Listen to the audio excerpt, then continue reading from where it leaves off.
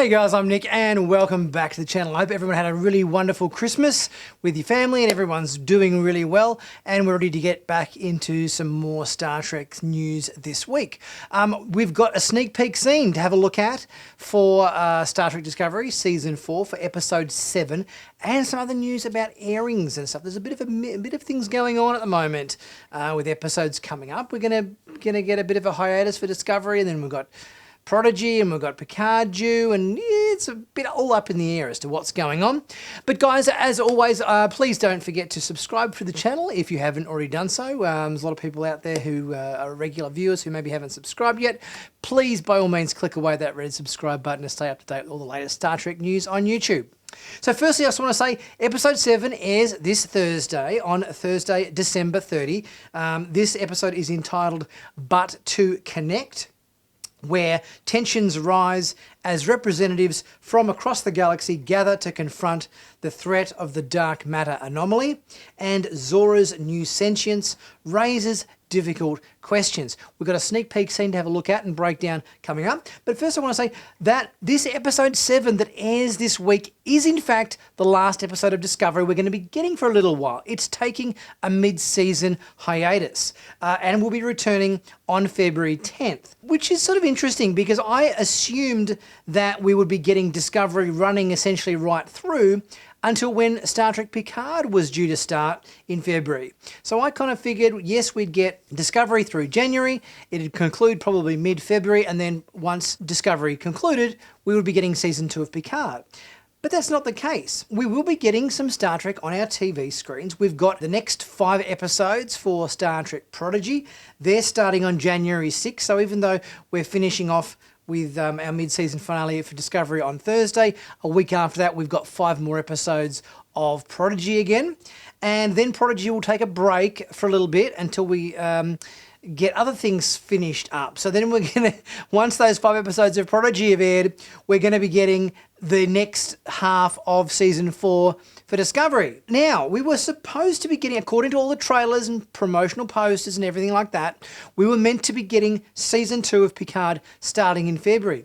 But it would really surprise me if we've got Discovery and Picard airing concurrently. I would have normally thought that they would finish one off and then start the other one. So this is going to be interesting to see what they do here, because they have announced Picard starting in February, but now our second half of the Season 4 is going to be airing in February for Discovery. Who knows what's going on? It all seems to be a bit make it up as they go along, but we will soon see. Let's take a look at this sneak peek scene from our next episode of Discovery and see what we can learn about this latest episode.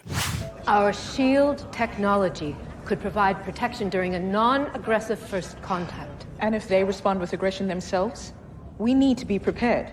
So it appears like we've got all of our main players here involved in this conference. We've obviously got Navarre, we've got Earth, we've represented. There's many different races that are chiming in to confront the problem of the DMA. The Federation recently reminded my people that we need not fear the unknown, and we cannot presume ill intent. We would consider extending that same courtesy to Species 10C. I believe we must. Too many lives have been lost already. We cannot be reckless. Good to see the butterfly people again. It was funny to see them a couple of episodes ago where they sort of didn't really, that sort of contact situation didn't really go too well, but it appears like any animosity that they have towards the Federation has been set aside, and they're kind of trying to get involved now and see what they can do. Flap their wings and flutter away the, the DMA perhaps.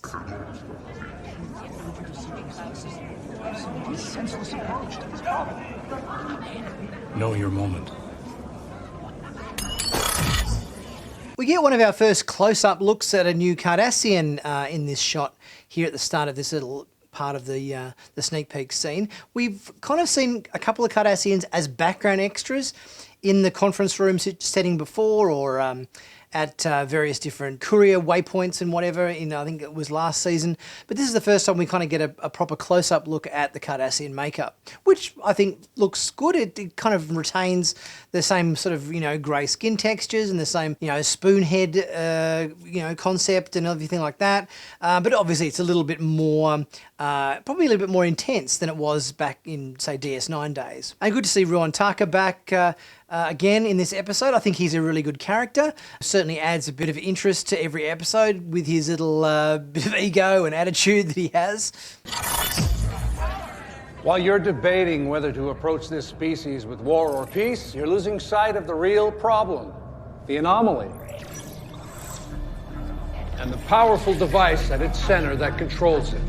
We need to stop it.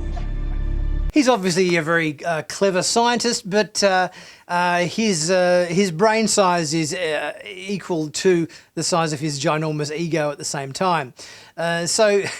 Yeah, he's obviously got something in mind for this DMA, and a lot of the other, Federation worlds and everything seem to be scratching their head about how to cope with it and how to deal with this problem. Oh, I know. You've tried. You fired 1,600 quantum torpedoes into it. You scrapped countless probes. How much latinum have you liquidated trying to solve how to get a ship inside? Every one of you have washed out. Why? Because, well, speaking frankly, you're not me, and you don't have this. So we've got a few new alien races and so forth here. The makeup looks good. Obviously, the humanoid races don't really have that much going on in terms of makeup, additions or whatever. It seems more so these characters just have, fancy clothing as if they're meant to be going to the horse races or something. Some fascinators on their head and a few outfits made from like forks and glitter and tinfoil or something. And the question is, what is Taka's device? What is he built here that is going to be a countermeasure for the DMA? Obviously, he's built something based on maybe the experiments that he ran on Discovery in the last episode he was in. But it seems like he's got some kind of device that is going to do what no other device has done before in terms of potentially controlling this anomaly. It will be interesting to see. And it would appear, looking at this shot, that Book is hanging out with some good company. He's got an Andorian next to him. He's got a Lurian. There's always a Lurian hanging about in the background somewhere.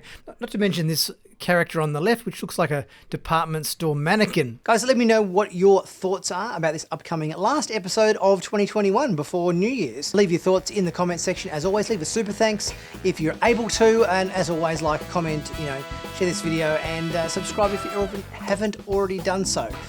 Plenty of stuff always in the merch store haul. Cool Star Trek t-shirts, hoodies, mugs, caps, hats, you name it, all there. Check it out. It really helps support the channel. Much appreciated, guys, and I will see you on Thursday for my review of episode 7. I'll catch you then.